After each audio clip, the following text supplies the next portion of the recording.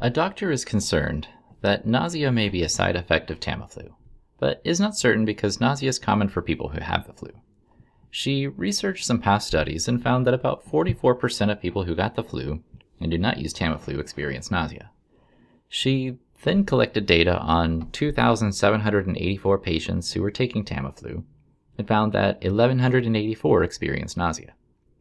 Use a 1% level of significance to test the claim that the percentage of people who take Tamiflu for the relief of flu symptoms and experience nausea is 44%. What type of test will be used in this problem? Well, the type of test is easiest to determine if you know what the claim is. So the claim is about the population is usually in the first sentence or toward the end of the problem. So in this case, we are testing the claim that the percentage of people who take Tamiflu for the relief of flu symptoms and experience nausea is 44%. So that's the claim that we're testing.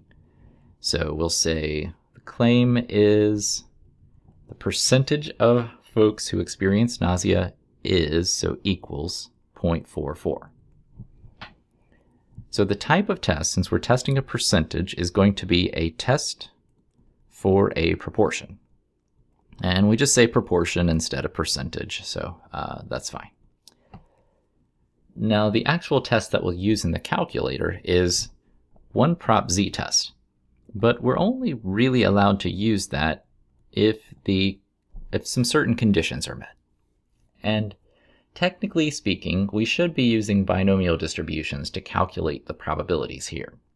But if the conditions are met that n times p and n times q are both greater than 5, then we're free to use the normal distribution in its place.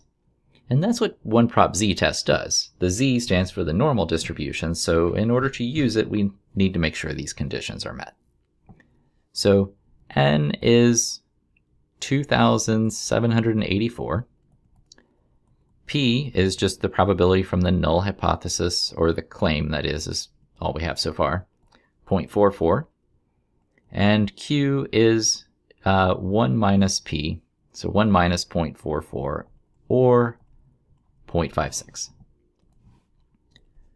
All right, now to check and make sure these two conditions are met, what I'm going to do is take 2784 times 0.44, and then 2784 times 0.56, and certainly both of those are larger than 5, so we're all set. We can justify the use of this test. Now, the first step in the test itself is to take the claim and write it as either the null or the alternative hypothesis. And it comes down to whether or not there's a statement of equality in the claim. And here, there certainly is. We're saying that P is equal to 0.44. So that falls under the null hypothesis. And then the alternative would be the complement to that, which is P does not equal 0.44. Is the original claim in the null or alternative? We said that it was in the null, so we'll mark that. And then what is the, it says critical value here, but I think a better term would be the test statistic.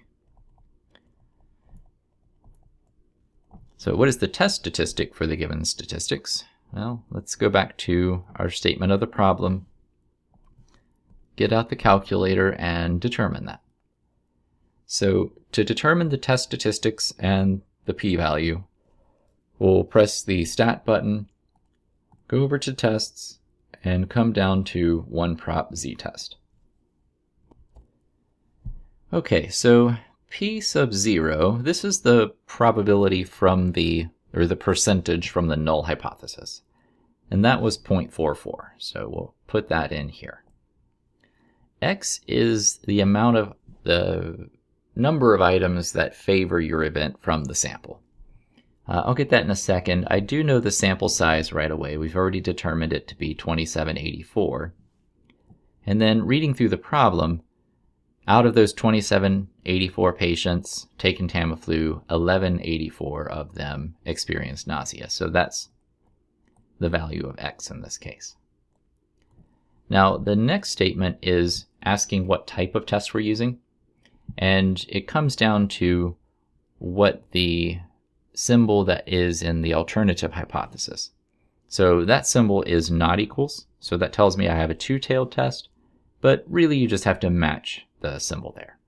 So then press calculate, and that gives me a value for z, which is the test statistic, and that value was negative 1.56, and I'm just going to round that to 2 decimal places, but follow any rounding rules given. And the p-value is 0.1178. All right, what is the decision based on the given statistics? So if I take my p-value and compare it to alpha, which is the level of significance.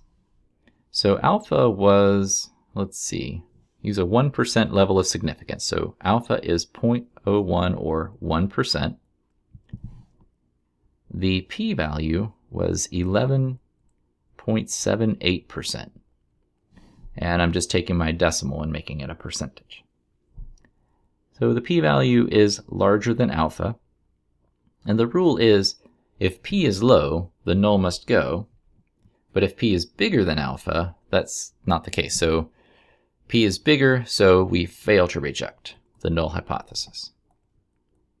So that's our decision. And the interpretation is using a 1% level of significance. There is not sufficient evidence. So the reason it is not, we failed to reject, so that's the weaker result.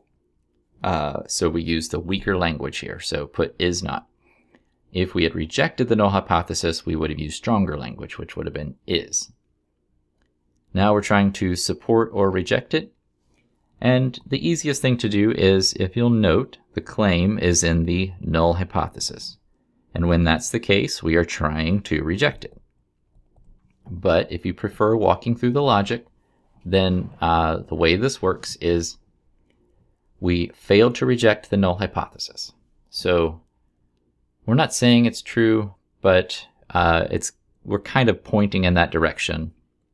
And we're effectively saying the null hypothesis is true-ish, okay? So it's in the direction of true. We'll just put true for argument's sake. Which means the other statement is false because these are complementary to one another. And if the null hypothesis is true, then we're effectively saying the claim is true. So that's why we have here, there is not sufficient evidence to reject it. So if there's not evidence to reject it, then it's not very strongly saying that it's true, but it's pointing in the direction of true. So that's where the logic falls into play there.